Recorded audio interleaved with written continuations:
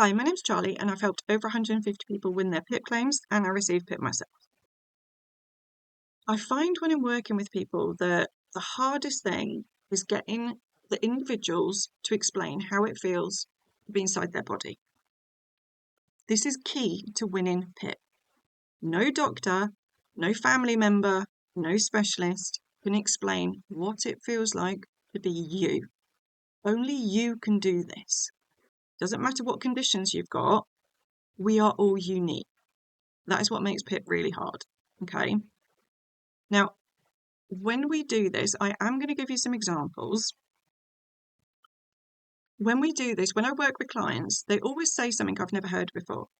Now, I don't know whether when I've worked with over 1,000 people, I might start hearing the same things, but this is what I call PIP gold.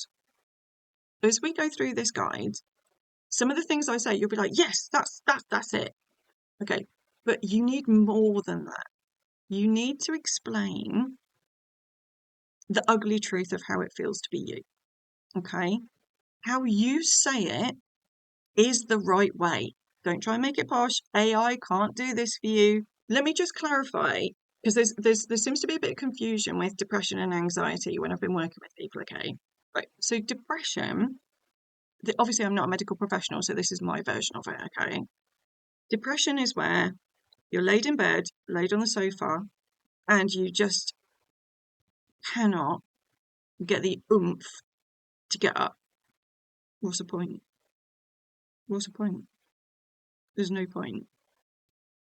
Why bother? What's the point in changing your clothes? That's depression. For some people, it feels like the weight is on you. When you're laid there, it's just, you haven't got the energy to even move when it's severe, okay? Think about how it feels for you. Okay? If you're thinking, well, I thought that was anxiety. That's not anxiety, that's depression. Anxiety is where in your head, you're like, what if this happens? What if that happens? Oh my God, what if this happens?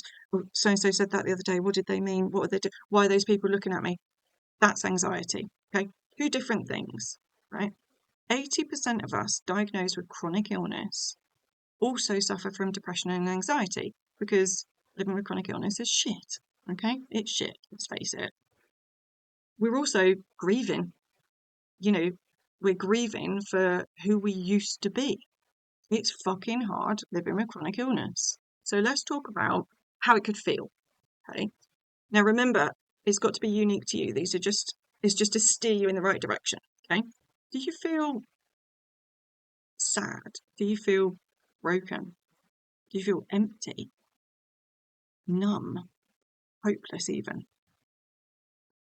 Do you feel like nothing you do is going to make it any better? Do you feel drained?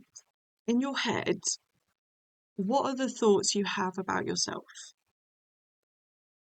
And I'm so sorry if this is triggering. So if this is, and it does trigger you, like contact a medical professional, okay? Do you feel worthless? Do you feel like you shouldn't be here? If yes, get fucking help. I'm not joking, get help.